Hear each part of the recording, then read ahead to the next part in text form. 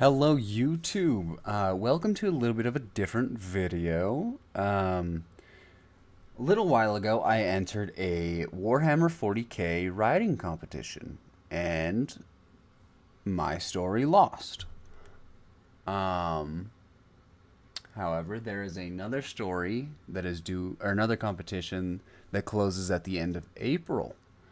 And I plan to enter that one. But, in preparation for the story I'd be writing for that one, I decided to pull out my old story and take a look at kind of what went wrong, areas that I might have not been as good in, and kind of evaluate it based on that, and hopefully fix what I did wrong. So to begin with, I kind of just want to read my story, you know, read it, and then kind of say what I think I could have done better, and what I kind of want to do better for my next story.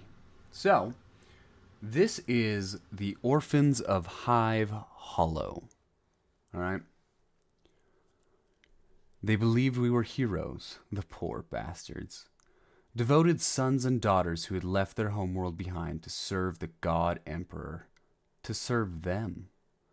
Imagine their surprise when, during the generous welcoming parade they threw for us, our own lasguns turned upon them. This was all according to plan, of course. It had been years since the Void Spiders. Oh, shit. Well, yeah, fuck it. It had been years since the Huntsman 57th Regiment, now the Void Spiders, had seen our homeworld. Personally, I'd never wanted to come back to this shithole. So when leadership told us we were going home, and that we'd be going to our own home sectors, many of us were shocked. The word that we were going home spread fast amongst the ranks. Many of my comrades were excited, but not me. I was pissed. I hated my homeworld. Back then, I knew that it was only a matter of time before I found myself in the Guard, and I had determined that if I was going to fight and die for some corpse, it was going to be on my own terms. When I enlisted, I left everything behind, and was generally happy to do so. There were too many painful memories tied to my home. But, by coming back to Hive Hollow, all of the feelings and emotions I had desperately tried to bury were resurfacing. I walked through familiar streets on edge. So many bad memories lay in the shadows of alleyways and buildings. I'd been beaten up in many of those alleyways. You see, the desire to survive causes humans to commit inhuman acts, and I myself had committed sinful acts in my youth. I continued making my way through the sector until something caught my eye. Pausing at the entrance of an alleyway, I noticed a child at the other end of the alley. There was something oddly familiar about the child. "Hey, kid, come here," I shouted. The child didn't listen. Of course they didn't. I mean, I was a battle-dressed guardsman who had only hours earlier participated in an invasion of their home. The child only stared at me, and then calmly walked away behind the building. Not liking the situation, I voxed my sergeant about the child and that I was going to investigate. The Void Spiders had learned that the Imperium was going to Hive Hollow to find Psychers and collect them. After learning about this, leadership had determined that we had 3 days to find the individuals spread throughout the city and rescue them. I had personally been sent to my home sector I'd grown up in to find a kid who supposedly lived close to where I used to. I jogged down the alleyway and turned the corner after the child. I could tell that the child was a boy from this distance. He felt familiar. I know what I said.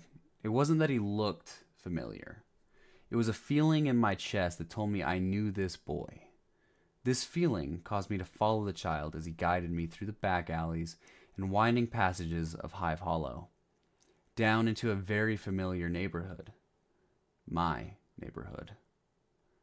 The suspicion I had that this boy might be the child I was sent to find had grown to the point of certainty. The boy stopped walking and turned around to look at me, raising his finger behind him to point at a building. I froze. It was the home I'd grown up in, the home I'd run away from. Time seemed to stop. This child had led me to the origin of my nightmares. I just stood there because I didn't know what else to do. The boy waved at me to follow him in. I followed him as if he were my commanding officer. Not for the same reasons, of course, but the result was the same, so what did it really matter? As I entered my old home, I was shocked to find it in a similar condition to when I left. This only added to the memories that had been plaguing my mind. The cold and hungry nights I spent curled up in the corner trying to stay warm.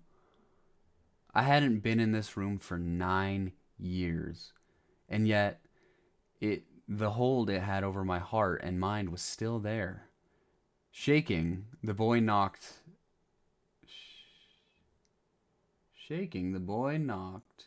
on the floor by the armchair in the corner in an indistinguishable pattern.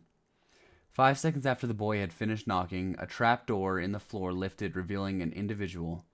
The clatter of my lasgun hitting the floor drew the individual's attention my way. Immediately, the old man raised the las pistol in my direction and ordered me to raise my hands. "Keldon, come here," he said, addressing the boy. "And you don't do nothing rash, you hear?" I slowly lowered my hands to remove my helmet and mask, having them join my lasgun on the floor. I then returned my hands above my head. "I thought I said don't..." A long pause. "Desmond, is that you?" "Yeah, Dad, it's me." "What are you doing?" he stammered. "Why are you with them?" "I'm with them because they are my brothers and sisters. And I've come to get my brother," I said, gesturing to the boy called Kelton. "Your brother?" my father stammered. "Yes. By bringing him into my patron's graces, I will be set free of my nightmares. Free of you," I said in a flat tone that betrayed the emotions I was feeling. "Keldon, come with me and learn the truth of this universe. Become what the Imperium would deny you to be." Keldon looked between our father and me. Saying nothing, his silence spoke volumes as he came to stand by my side. Drawing my las pistol from its holster, I quickly put a smoldering hole in my father's head. "Pray the corpse emperor saves your soul, father, for my God will show you no such mercy." Okay, so that's my story, and I mean, you could probably tell as I stammered to read. I'm not dyslexic, all right? I can read just fine. But there's a couple things that I'm like, even reading now, I'm like, oh damn, no wonder I didn't win, because I just completely screwed up parts. But okay, so strengths. I know the lore. All right, this is a Tzeentchian Traitor Guard unit, or regiment, whatever the hell you want to call it. And so there's a couple Easter eggs in there from the lore. Tzeentch being the chaos god of change and stuff, that kind of thing. But he's also the chaos god of hope. That doesn't really play into this part right now, but Tzeentch's special number is 9. It's the number 9, right? So Desmond, the main character, having not been to his homeworld in 9 years, and then when he does return to his homeworld, he has a younger brother who is, around the age of 9. I don't specifically have an age for him, but he's roughly 9 at this point. That's some pretty cool lore Easter eggs that, at least that I felt. But as far as that goes, I am still proud of the story. It was something I never done before, so I'm proud of it. But there's a lot of problems that I noticed. One of which is flow and pacing. It's not great. I'm not super good at writing stories, at least not yet. And so some of the issues I have is flow and pacing. I get it mixed up pretty bad. I actually edited it.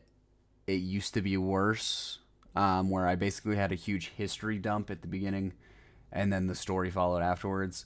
I got some feedback from some people in the Cold Open Stories Discord, And that was some of the advice I got, is that a huge history dump at the beginning can kind of lose your reader's attention. So that's a problem to fix for my next story.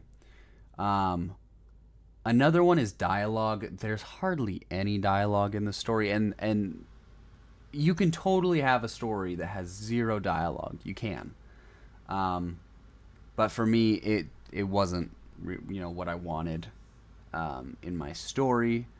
So, oh wait. So for me, I don't feel super comfortable writing dialogue and making characters sound different. I have a hard time with that. And so this story that I wrote doesn't have a whole lot of dialogue because I didn't really want to push myself on there. And I think overall the story kind of suffered from it. It's more of a narration than, watching something play out. And I feel like that kind of is a downside.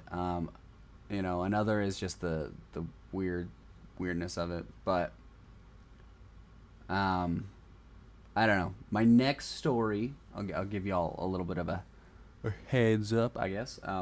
My next story is the theme of it, because it's a competition. The theme of it is blindness.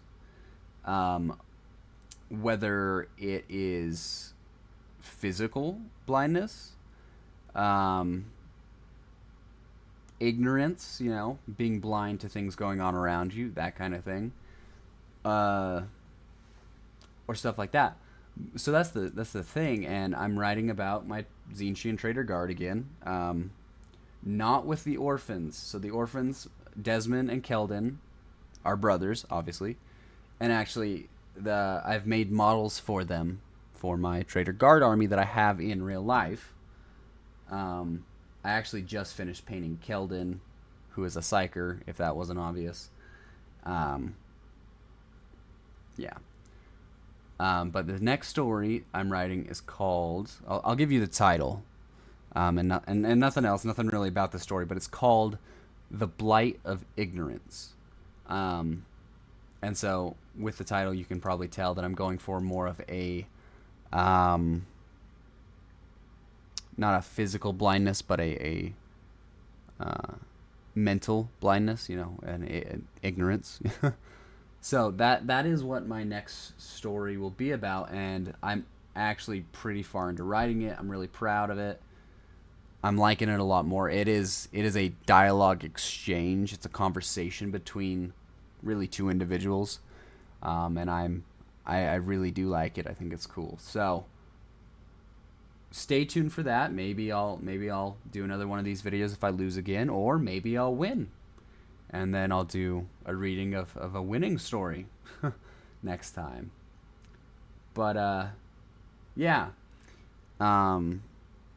That's it for this video. I hope you enjoyed watching. And if you want to, leave some advice, leave some comments, I would much appreciate reading them. I hope you enjoyed the gameplay in the background. It's Helldivers 2. Super fun game. Fuck everyone who stays on it and makes the servers full all the time. You're all dickheads because everyone else wants to play it too, but I understand why you do it. So yeah, everyone have a good one, and I'll see you all around. Goodbye.